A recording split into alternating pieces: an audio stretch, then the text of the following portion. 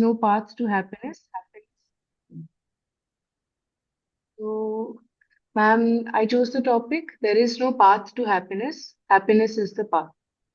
So, for this, I'll just zoom in again.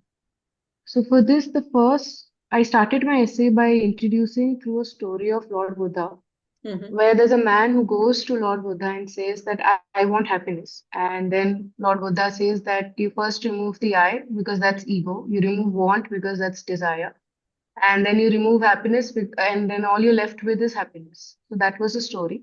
And then I connected it to the topic that was there. After that, I discussed the meaning of happiness, where I talked about three meanings of happiness. Mm-hmm. First being the four Purusharthas, and then I discussed in brief about, I just mentioned. Mm-hmm. Then I spoke about spiritual aspect, where I used the example of Ramanuj, where he talks of happiness as union with God. And lastly, about the most common idea of happiness being materialistic. Then the next path was I delved into why there is no path to happiness. So here the first thing was happiness is subjective. Then I used the example of for a female happiness is getting more autonomy to do things that she wants to do, while for a male it might be to pursue hobbies like cooking and knitting. Secondly, different Any people have idea different behind goals. this component that for male, though it's like a hobby, whereas for women they need autonomy? Any explanation to that part? Why you thought it so engendered?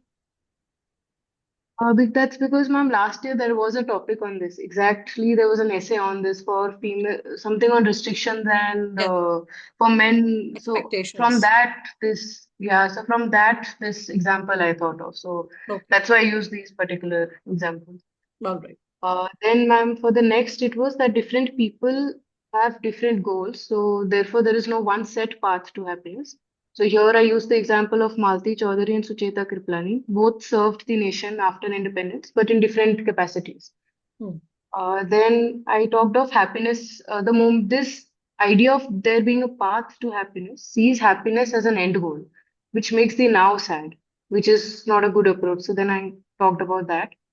And lastly, I said that the moment you treat happiness as an end goal, there's always scope for more. Hmm. There's never an end to it. So you will never reach that unattainable goal. So I talked of Satyam scam and ICICI Videocon controversy. Hmm. Hmm. Hmm. Uh, After this, ma'am, I next talked about why happiness is the path. So here I mostly described the benefits of treating happiness as a path. Hmm. So first I said it gives resilience. I used the example of Avni Lekhara. Then I talked about that it gives a positive attitude and confidence to people. So I talked of soldiers in armed forces when they work in dire situations. That's how it helps them. The moment they treating happiness as the path helps them endure those situations. Hmm. Then I talked about that it makes the process enjoyable. So I talked of how ISRO moved from Chandrayaan 2 to 3 because it treated happiness as a path and not just an end goal. Hmm. After this, ma'am, I showed the flip side to this argument where I talked about Maslow's hierarchy that there is certain basic minimum needs that need to be fulfilled before you go for happiness of higher level. Hmm. And therefore, there is a path. Maslow's hierarchy gives a path to happiness. So, in that sense, there is a path. And as a resolution to reconcile these 2 points, I said that yes, certain basic needs need to be fulfilled, but one can always try to cultivate happiness as a mindset in Hmm. spite of certain adversities that one might face. Hmm. Then I talked about what are the challenges to developing this mindset, since I had brought the concept of mindset before.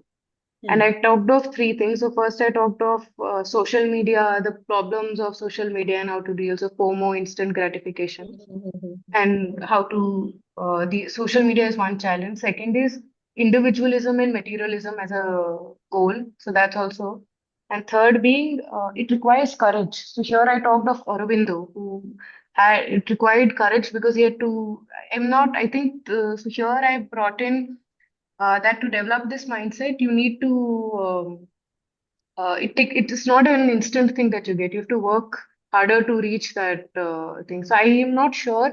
I think I used the example of him dropping out of the freedom struggle to pursue happiness, which is not easy because he had already he was in the middle of the freedom struggle. I think so. That's why I'm not very sure of what I had written, but I had mentioned Aurobindo. I can Uh, say that. I mean, see, the example of Chandrayaan was very fresh because refreshing examples also showcases that the human being is a thinking individual.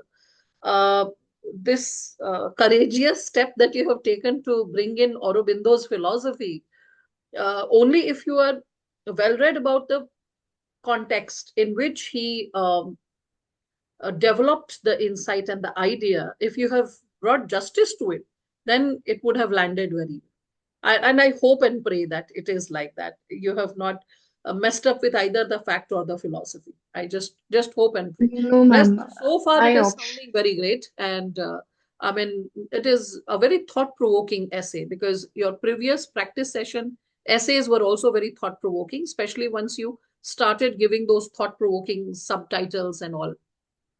So I could see that shift and that transition and that growth. So the only till now, the only thing which I felt little triggering is Aurobindo because what you spoke was fine, but there was something more to it. But I'll just like skip it as of now. Please go ahead further. Yes. Yes, ma'am. Actually, Aurobindo I could write because philosophy is my optional. I've studied Aurobindo's Oh, philosophy then as part of my optional. you must have just So I just wrote it at a general level. So I didn't go deep into philosophy level because then Mhm. they might suspect that my optional is philosophy. Oh, So yes. but so I just explain what people generally might know about him. So Mm, not going very high into his. I mm. think I don't know if I talked of Aurobindo. So I don't remember what I wrote. So when I wrote Aurobindo, I think I remembered that time what I might have written. It's just now I don't know which aspect of Aurobindo I covered. But this I wrote. I'm Then, confident ma'am, you or have as not a with the facts. I'm confident now because of this philosophy optional and like being aware of the context. I mean, it would have yes. been fine. Don't worry. Go ahead, please. And ma'am, then I gave solutions to overcoming these challenges. I the solution I wrote briefly. I didn't spend a lot of time because that was not the primary. I don't know how much did I give, but so on solution, I first wrote we could follow Aristotle's concept of eudaimonia, where happy you see they will where about human flourishing and also I explained that. Then I talked of developing a mindset for happiness. So here, actually, there's a Gita quote which says that your mind is your enemy and that. So I Mm-hmm. actually quoted Yajurved because Yajurved says a very similar thing. So then I mentioned which is also emphasized by Gita. So I brought in both of them on with regard to mindset. Mm-hmm. Then I talked of NEP 2020 focuses on happiness. So briefly I mentioned that. Mm. It reduces the load and also it brings focus on not just rote learning.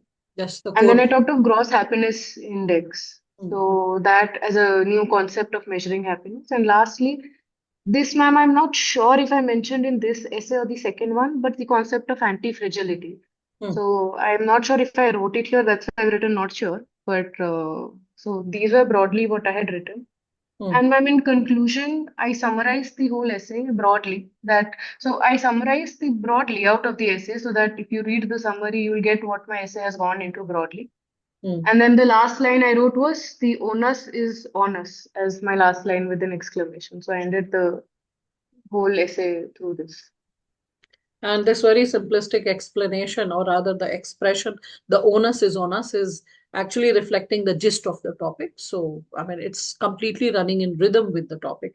And I don't see anywhere slipshod being caused or any kind of unnecessary deviance. And remembering your earlier power of penmanship, I'm quite sure that the flow and the effortless connect would have been maintained. So don't worry, it's sounding perfectly credible, and I'm hoping some very good marks. I'm very hopeful for it. Uh, yeah. What Thank you. about the second essay? Ma'am, for the second, I choose nearly all men can withstand that stand adversity, that topic. Okay. So here, ma'am, I began by first talking about So I first introduced the story of Mandela when he comes out of jail. That was the only example I could think that time. So I talked of him coming out. He had a choice of whether he had all power. So he had a choice to go for revenge or reconciliation. And Mm. I just wrote that. And then after that, I delved into the topics. So the next part of the topic was this. So I discussed the meaning of the three major terms in the topic, which is adversity, character, and power. Okay. So I defined these three terms after the story and connecting it with the topic. Mm. I first wrote that adversity can be understood in three terms. It can be physical, which is, let's say, violence and poverty. It Mm. could be emotional, which is the death of a loved one. Or it could be mental, which is depression or mood disorders. So it could be understood in these three ways. Mm. So for character, I said that character is usually is an inner self. Then I defined in one line what I understand by character. And Mm. I said that it's usually understood as virtuous character. We don't talk of bad character. It's usually understood in virtuous terms. And then I described certain virtues like these, which include integrity, compassion. Primarily, I picked from the syllabus so that I can bring in GS4 also connection. So I just wrote those that were for GS4.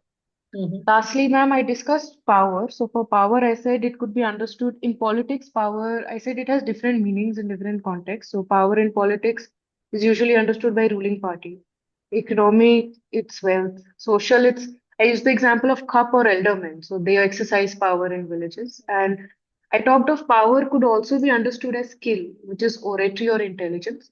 This Mm. oratory, ma'am, I bring in later in my essay. I connect oratory. So when I bring it again, so that's why I just pointed it out here. I bring it again later in the essay. Okay. All right. After this, ma'am, I went to, yes, so my first, so Nearly all, I'll just go firstly.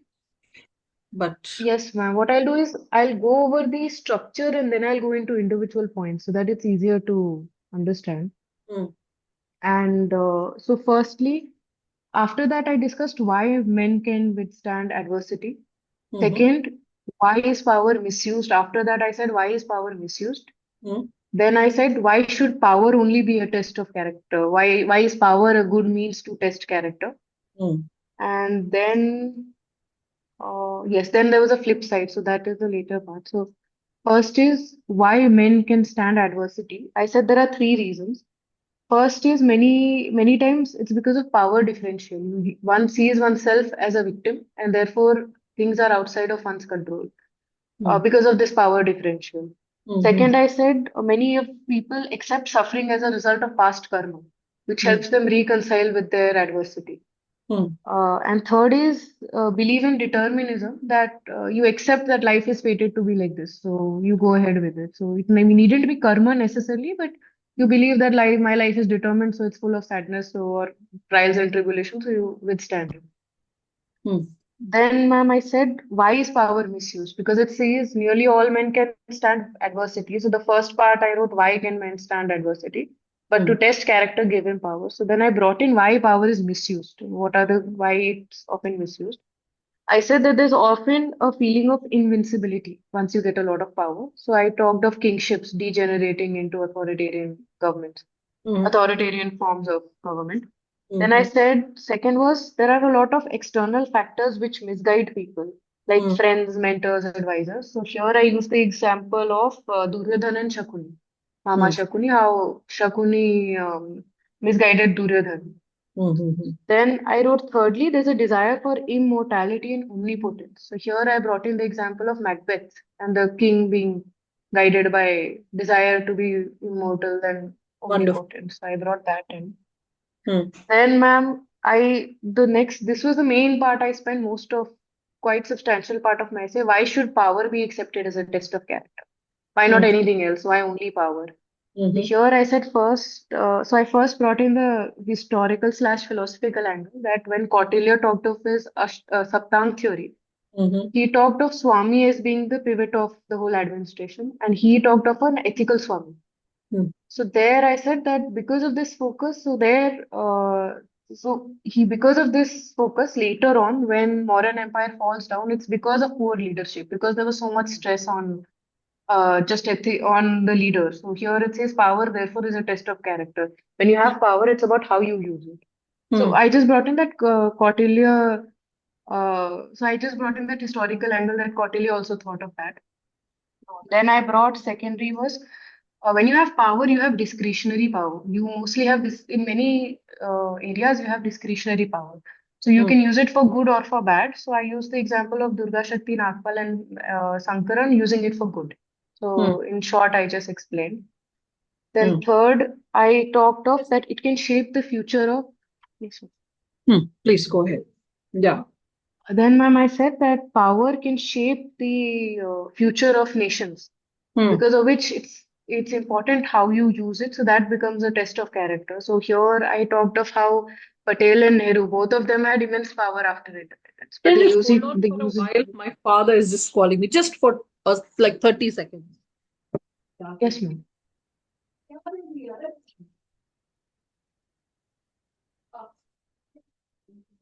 Yes, please go ahead. Yeah.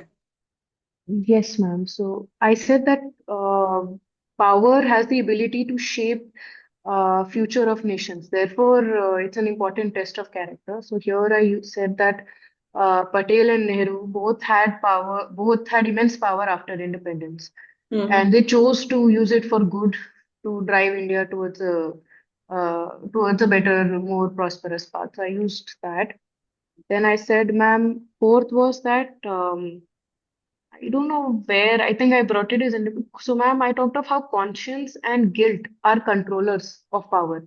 Hmm. Are controllers of power, and they are a test of your character because they also constitute your character. That determines what you're guilty about or not. So Hmm. here I talked of Ashoka, who changed from being Biri Ghosh to Dhamma Ghosh Ashoka.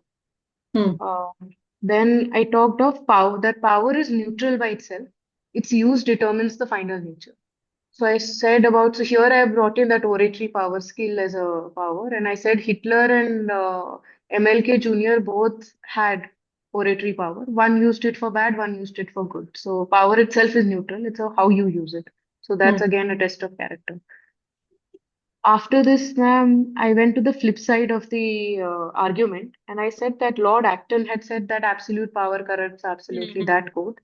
Hmm. And then I said that this statement sees power as intrinsically corrupting, which means that it's not a feature of your character, but power by its own nature is that. So even it doesn't matter what your character is, power Hmm. itself will corrupt you. So to resolve this, so this is a counter view to the main thing where it says that it's a test. So as a resolution, I said that this argument is flawed because ultimately you all have a choice. It's about at every stage you have a choice on how to use that power. And there Hmm. are a lot of examples of good uses of power as well, like Ahilya Bai one. So I described how she used her power. Then I said there are also examples of people who chose to leave their power. So Buddha and Gandhi both left power. Buddha left because he left his kingship, and Hmm. Gandhi, after independence, he chose not to be in the government or occupy a place of power. Hmm. Then, ma'am, lastly, I said, but you can't always appeal to the goodness of men. You Hmm. need to have controls over power. So I talked of what could controls be. So one is social media e-governance. Hmm. I think I that's then I talked of parliament judiciary. So I mentioned all these. I didn't uh, write a lot on these. I wrote Hmm. of civil CSOs organization. Hmm. Then I wrote of democracy itself being a good check. And I Hmm. wrote of Mahabharat saying Yato Dharmastato Jayaha. Hmm. So that quote I brought in that even epics teach us this. That's itself. And then, ma'am, I'm not sure. I think yes, ma'am. I brought in NEP here again. So that's one issue. I used one example again here, but in a different context. I said NEP instills a good work character, so that's a good control. Hmm. And I brought in anti-fragility here. I'm not sure if I brought it in the first one, but here I did bring it. Okay. And then, ma'am, in the middle, I think just after this, I somewhere mentioned that this quote was said by Lincoln. So I knew that this was a quote by Abraham Lincoln when he had said this. So I'm towards the end, because towards the end of the essay, I mentioned that Lincoln had said this quote, something like that. I just to emphasize that I knew who had said it originally. So I Hmm. didn't delve much into it. Hmm. And then lastly, ma'am, I concluded by saying that there are positive and negative uses of power, like Pol Pot regime and Mandela, Mandela being positive. Mm, I wrote that we all face, this was, I think, towards the last, we all face choices like Mandela. It's upon us how we decide to go. mm, And I also talked of Chandogya Upanishad talking about you are what your deep driving desire is. There's a quote, so I used that. And then mm, I said Sheelam Pradhanam Purushe, integrity. That quote I brought in. So that's mm. how I wrote this essay. Wow. This is very well written. Again, uh, Thank there you. was something related to power I would like to share with you. That was way back in 2016. There was this yojana that was published in the month of September. So September 2016, there was a topic related to women's empowerment, and it was by Kamla Bhasin. And I generally quote this to students who are taking up any component of GS or sociology, if ever the word strikes, and if I'm able to recall, because again, there are so many issues that have to be discussed that it's not necessary that I remember it for every batch, but yeah. So there was this very interesting take of Kamla Bhasin when she was discussing about power. I'm unable to share it on screen because I'm unable to minimize it. Else, I would have shared it on screen with you. Um, no, it is sharing is not turned on. So, uh, Ma'am, the time of the meeting is running out. Should we join again? The same link? Because I oh, think they'll it be giving closed you in less 10 time. minutes or something extra. Don't worry. And then suddenly it will just conk off. So just relax. Otherwise, we can just start. I should have actually created the lecture link because if I would have created, then this running out of time issue won't have happened. So I hope you were not under the pressure of time while discussing the points. Were you No, some? ma'am, no, ma'am. All right, fine. No, So ma'am. It just says now less than a minute. That's why I was a little. all right, all right. So yeah, we can start it again.